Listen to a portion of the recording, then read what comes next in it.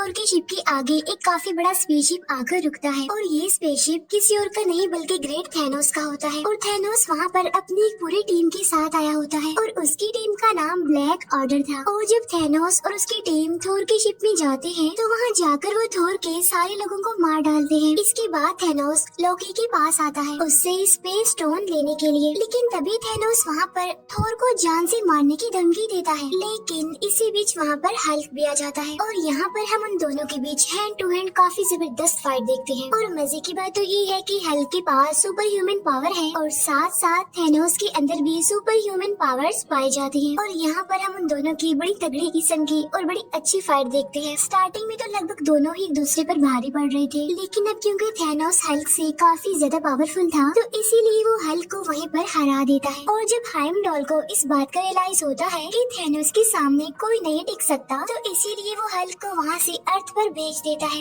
लेकिन जब थैनोस उसे ऐसा करते देखता है तो उसे बहुत गुस्सा आता है, इसीलिए वो हाइमडॉल को वहीं पर ही मार डालता है। और इसके बाद थैनोस थोर को भी जान से मारने की कोशिश करता है, जिस पर लोकी उसे कहता है कि इसे छोड़ दो और इसके बदले में मैं तुम्हें स्पेस स्टोन देने के लिए तैयार हूँ। और फिर लोकी थैनोस को वो स्पेस स्टोन दे ही देता है, लेकिन थैनोस तो यहाँ पर भी चीटिंग करता है और वो लोकी को जान से मार डालता है। अब इस बात की वजह से थोर को काफी गुस्सा भी आता है और उसे काफी बुरा भी लगता है, लेकिन अब क्योंकि उसके हाथ पैर बांधे गए थे इसीलिए वो तो कुछ भी नहीं कर सकता था। इसके बाद थैनोस अपने थर्ड स्टोन को हासिल करने के लिए उस शिप से चला जाता है, लेकिन जाते जाते वो इस शिप को काफी बुरे तरीके से एक्सप्लोड कर देता है। अब क्योंकि पूरे स्पेस में ही वो शिप डिस्ट्रॉय हो चुका था इसीलिए थोर भी वही स्पेस में फ्लाई कर रहा होता है। लेकिन ठीक उसी टाइम पर वहाँ गार्डियंस ऑफ द गैलेक्सी की टीम पहुँच जाती है और जब वो थोर को उस स्पेस में उड़ता हुआ देखते हैं तो वो उसे अपने शिप में ले आते हैं। वहाँ पर मैंटिस होती है जिसके पास किसी का भी माइंड पढ़ने की एबिलिटी होती है और जब वो थोर के सर पर अपना हाथ रखती है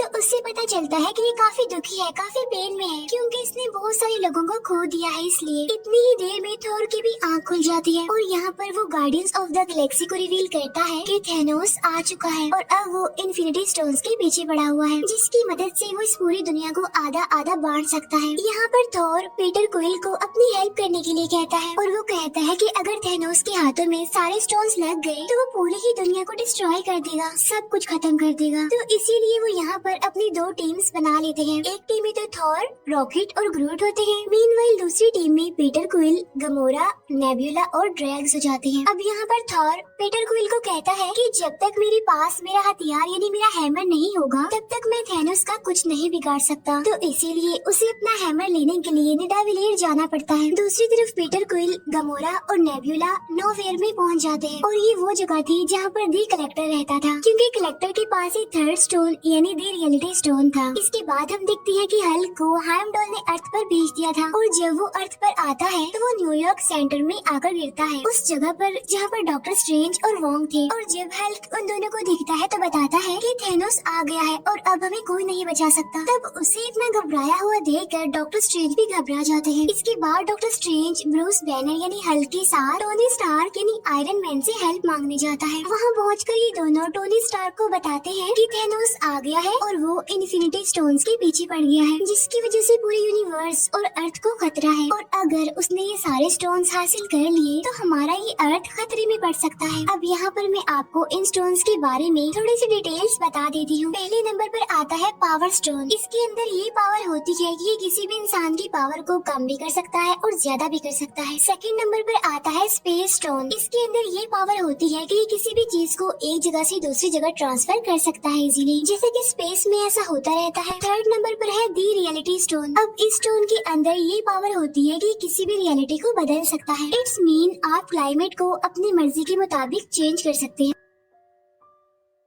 नंबर 4 पर आता है द टाइम स्टोन और ये वाला स्टोन डॉक्टर स्ट्रेंज के पास होता है। इस स्टोन में ये पावर होती है कि ये अपनी मर्जी से टाइम को आगे पीछे कर सकता है। 5वें नंबर पर आता है द सोल स्टोन। इसमें ये पावर होती है कि ये किसी भी इंसान की सोल का कंट्रोल हमारे हाथ में दे देती है, यानी कि हम जो भी चाहें उस सोल से करवा सकते हैं। छठा और लास्ट स्टोन है द माइंड स्टोन। इस स्टोन में ये पावर होती है कि ये किसी के भी माइंड को कंट्रोल कर सकता है और ये किसी भी इंसान को टेलीकिनेटिक पावर दे सकती है, जो कि किसी भी सामान को हवा हवा में एक जगह से दूसरी जगह उड़ा सकता है। अब ये सारी तो हो गई इन स्टोन्स की डिटेल्स। इन सारे स्टोन्स को हासिल करके थेनोस इस पूरी दुनिया में बैलेंस बनाना चाहता है। वो चाहता है कि अब जितने भी प्लैनेट्स हैं, उन पर जितनी ज्यादा ह्यूमैनिटी बढ़ गई है, उन सबको आधा आधा बांट दिया जाए, जिससे कि रिसोर्सेज उन सभी लोगों को पूरी तरह से मिल सकेंगे और इससे पूरी दुनिया में बैलेंस भी बना रहेगा। अब यहाँ पर थेनोस आधी ह्यूमैनिटी को खत्म करने की बात कर रहा था और यही वजह है कि वो इन इन्फिनिटी स्टोन्स को हासिल करने के लिए पागल है। और जब ये सारी बात टोनी स्टार्क को पता चलती है कि थेनोस इस पूरे यूनिवर्स में से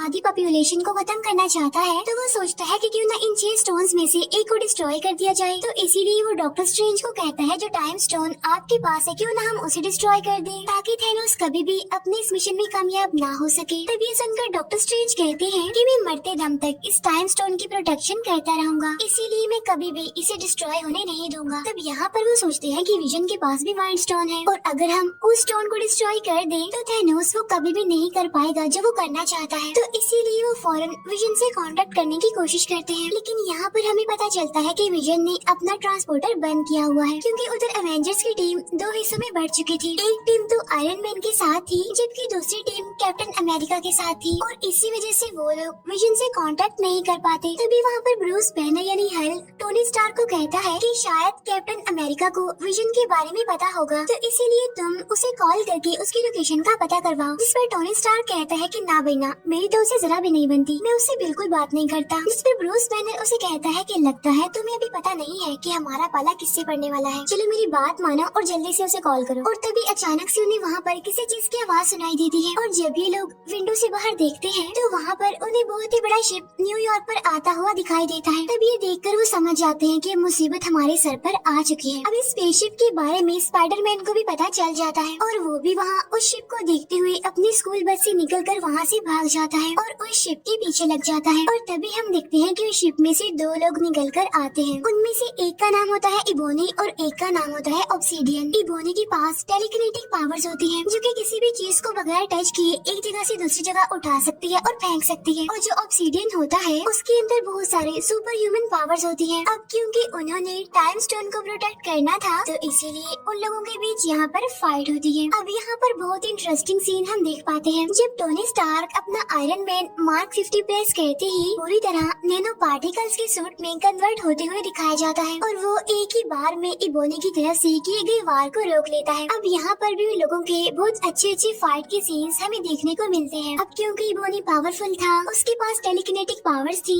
इसीलिए वो अपने काम को करने में कामयाब होता रहता है। इसके बाद वो टाइम स्टोन निकालने के लिए डॉक्टर स्ट्रेंज के पास पहुँच जाता है। अब क्योंकि टाइम स्टोन को डॉक्टर स्ट्रेंज के अलावा और कोई भी नहीं निकाल सकता था उनमें से, तो इसीलिए वो डॉक्टर स्ट्रेंज को अपने साथ अपने स्पेसशिप में ले जाता है वहाँ से। लेकिन वो ये नहीं जानता था कि उसके शिप में टोनी स्टार्क और स्पाइडरमैन भी एंटर हो गए हैं। इसके बाद हमें विजन दिखाया जाता है। अब क्योंकि थेनोस की टीम इन्हें ब्लैक ऑर्डर के पास उन सभी इन्फिनिटी स्टोन्स की एनर्जी के फ्लो को रेड करने की पावर होती है, तो इसीलिए पहले तो वो डॉक्टर स्ट्रेंज के पास जाते हैं टाइम स्टोन लेने के लिए और साथ ही विजन के पास ही माइंड स्टोन निकालने के लिए प्रॉक्सिमा मिडनाइट और कॉर्वस ब्लेड जाते हैं। अब यहाँ पर हमें दिखाया जाता है कि मैक्सिमा मिडनाइट और कॉर्वस ब्लेड उन दोनों यानी विजन और वांडा से काफी ज्यादा पावरफुल होते हैं। अब यहाँ पर कॉर्वस ब्लेड के पास एक ऐसा ब्लेड होता है जो किसी भी इंसान की बॉडी में घुस सकता है और उसे काफी इंजर्ड कर सकता है, तो उसी ब्लेड का इस्तेमाल करते हुए वो विजन को इंजर्ड कर देता है, जिसकी वजह से वांडा इस फाइट में अब अकेली रह जाती है।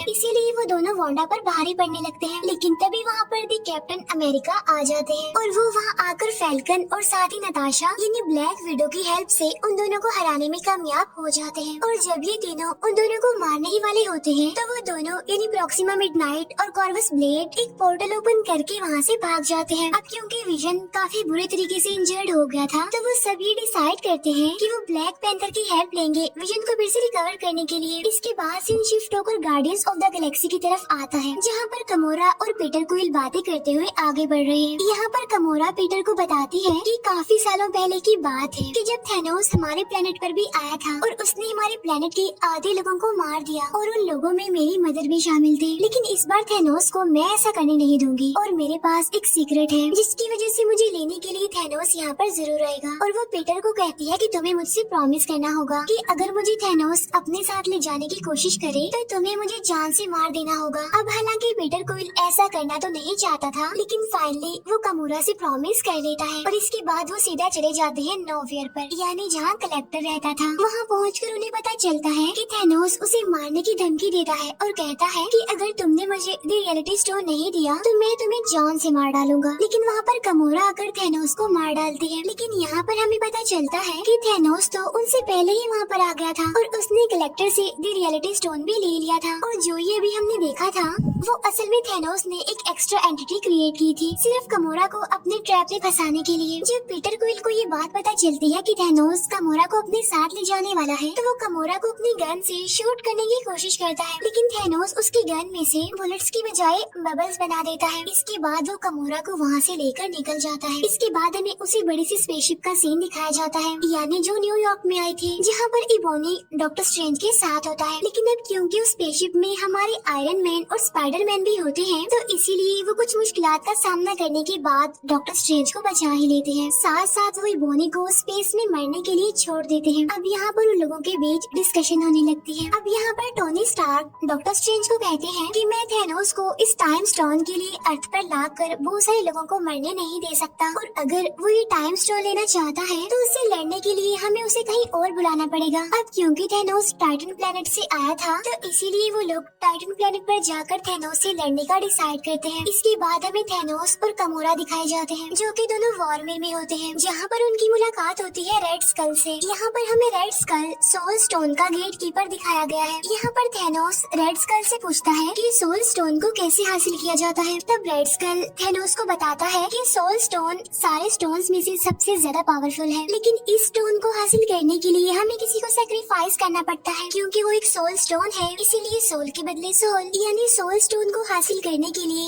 एक जान की कुर्बानी। और यहाँ पर थैनोस अपनी बेटी कमोरा को सैक्रिफाइस कर देता है और यहाँ पर अब उसके पास चौथा स्टोन यानी सोल स्टोन भी आ जाता है। इसके बाद हमें थोर, ग्रूट और रॉकेट दिखाए जाते हैं जो कि एक ऐसे एरिया में पहुँचते हैं जहाँ पर छोटे लोग यानी बोने रहते हैं, क्योंकि बोने ही तो सबसे अच्छे वेपन्स बना सकते हैं। यहाँ पर हम ये जान पाते हैं कि जब उन बोनों ने थोर का वेपन यानी हथौड़ा बनाया था तो थैनोस ने उस जगह की सारी भट्टियों को भी डिस्ट्रॉय कर दिया था और साथ साथ उन सभी बोनों में से सिर्फ एक को ही वहीं पर जिंदा छोड़ दिया था। और जब थोर को ये बात पता चलती है तो वो उनमें से एक बोने को उसकी हेल्प करने के लिए कहता है, जिस पर वो बोना कहता है कि सॉरी मैं तुम्हारी हेल्प नहीं कर सकता, क्योंकि अगर मैंने ऐसा किया और थैनोस को पता चल गया तो वो मुझे और इस पूरे प्लेनेट को डिस्ट्रॉय कर देगा। लेकिन जब थोर उसे ये कहता है कि अगर मुझे मेरा हैमर मिल गया तो मैं थैनोस को जरूर हरा दूंगा, तब ये बात सुनकर फाइनली वो बोना थोर की हेल्प करने के लिए एग्री हो जाता है।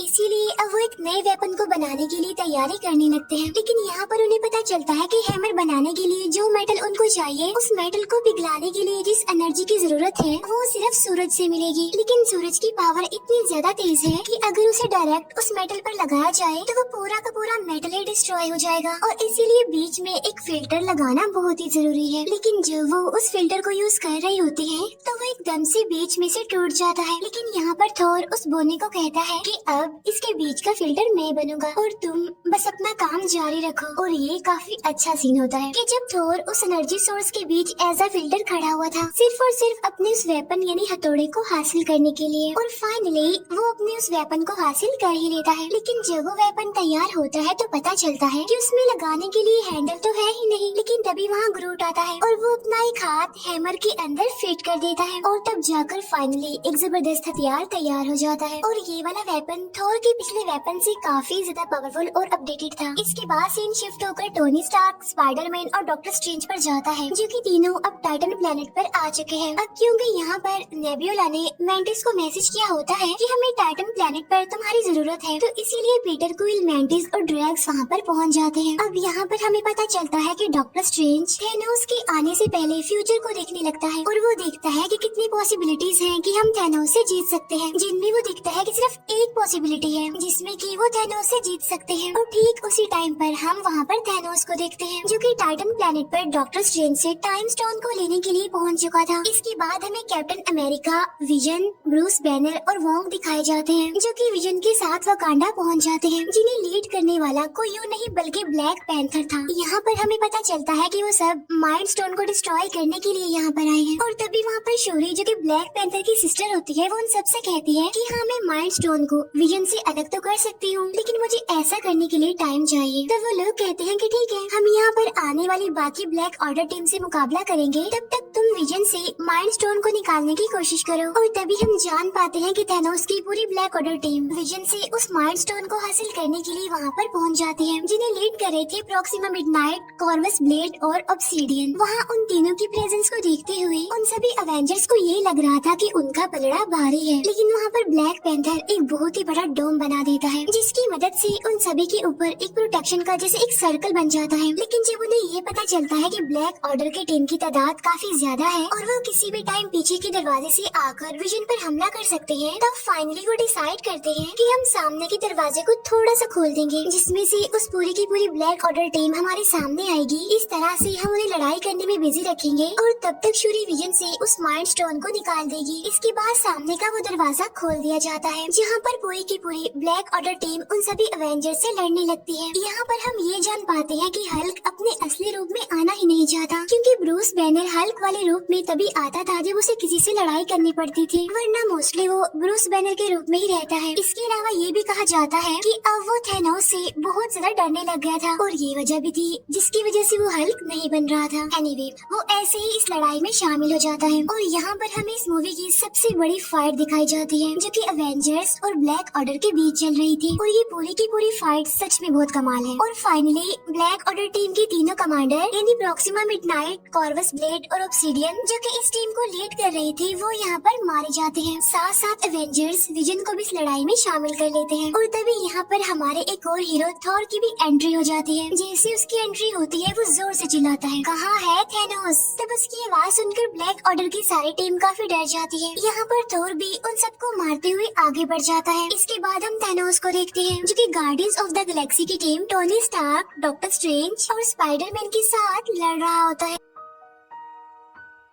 अब हालांकि वो लोग थैनोस को काबू करने और उसके हाथ से गोल्ड आर्मर निकालने की काफी कोशिश करते हैं, लेकिन थैनोस तो इतना ज्यादा पावरफुल होता है कि वो सभी को मारना शुरू कर देता है। किसी को भी वो अपने आगे टिकने नहीं दे रहा था। लेकिन इस फाइट के बीच एक टाइम ऐसा भी आता है जब वो पूरी टीम थैनोस को पकड़ ही लेती है और स्पाइडरमैन उसके हाथ से वो गोल्ड आर्मर निकालने की कोशिश करता है। लेकिन यहाँ पर पीटर क्वाइल एक काफी बड़ी गलती कर देता है। वो थैनोस के पास आकर उसे पूछता है कि तुमने गमोरा का क्या किया, और वो थैनोस के मुंह पर अपनी गन और पंच से मारना शुरू कर देता है, जिसकी वजह से थैनोस फिर से होश में आ जाता है और वो फिर से अपना गोल्ड आर्मर पहनकर उन सबको मारने लगता है, उन पर भारी पड़ने लगता है। अब यहाँ पर हम एक और बड़ी जबरदस्त फाइट देखते हैं, जहाँ पर हमारे टोनी स्टार्क यानी आयरन मैन थैनोस से लड़ रहे होते हैं। अब आयरन मैन का ये सूट काफी पावरफुल था, इसीलिए उनके बीच एक जबरदस्त टेक्निकल फाइट चलने लगती है। अब हालांकि यहाँ पर थैनोस की बॉडी से खून का सिर्फ एक ड्रॉप निकलता है, लेकिन इस वजह से उसे इतना ज्यादा गुस्सा आ जाता है कि वो टोनी स्टार्क को उसी के ब्लेड से काफी इंजर्ड कर देता है और उसे जान से मारने लगता है। लेकिन तब डॉक्टर स्ट्रेंज थैनोस को कहता है कि तुम इसे मत मारो, तुम इसे छोड़ दो, और अगर तुम इसे छोड़ दोगे तो मैं टाइम स्टोन तुम्हें दे दूंगा। अब हालांकि यहाँ पर टोनी स्टार्क डॉक्टर स्ट्रेंज को ऐसा करने से मना करता है, लेकिन यहाँ पर टोनी स्टार्क यानी आयरन मैन की जान बचाने के लिए डॉक्टर स्ट्रेंज को ये सैक्रिफाइस करना ही पड़ता है और अपना टाइम स्टोन थैनोस को दे देता है। और जैसे ही थैनोस को उसका 5वां स्टोन मिलता है तो वो खुशी से दहाड़ने लगता है। इसके बाद वो स्पेस स्टोन को यूज करते हुए वहाँ से निकल जाता है और सीधा वहाँ से पहुँचता है अर्थ पर यानी वकांडा में, जहाँ पर पहले ही ब्लैक ऑर्डर और एवेंजर्स के बीच फाइट चल रही थी। उधर विजन और वांडा के बीच डिस्कशन चल रही होती है। यहाँ पर विजन वांडा को कहता है कि अगर थैनोस यहाँ पर आकर मुझे जान से मारकर माइंड स्टोन लेगा तब भी मैं मर जाऊंगा, और अगर तुम ये स्टोन निकाल दोगी तब भी मैं मर जाऊंगा, तो क्यों ना तुम ये स्टोन को निकाल कर मुझे आजादी दो, इसके बाद इस माइंड स्टोन को डिस्ट्रॉय कर दो, जिससे होगा ये कि थैनोस जो करना चाह रहा है वो उसमें नाकामयाब हो जाएगा। अब यहाँ पर वांडा ना चाहते हुए भी विजन के सर से वो माइंड स्टोन निकालने की कोशिश करती है और फाइनली वो उस माइंड स्टोन को निकालने में कामयाब भी हो जाती है। लेकिन जैसे ही वो उसे डिस्ट्रॉय करने लगती है तो वहाँ पर थैनोस आ जाता है, जो यहाँ पर आकर टाइम को रिवर्स करता है, यानी टाइम को पीछे कर देता है। यानी उस टाइम में जब वो माइंड स्टोन विजन के सर पर लगा हुआ था और वो विजन के सर से माइंड स्टोन ले लेता है और उसे अपने गोल्ड आर्मर में पहन लेता है। अब यहाँ पर थैनोस वो सारे स्टोन्स ले चुका था, लेकिन तभी वहाँ पर थोर आ जाता है और वो अपने हैमर को थैनोस पर दे मारता है। लेकिन यहाँ पर थैनोस थोर से कहता है कि थोर, तुमने गलती कर दी, तुम्हें इस हैमर को मेरे सर पर मारना चाहिए था। और तभी यहाँ पर थैनोस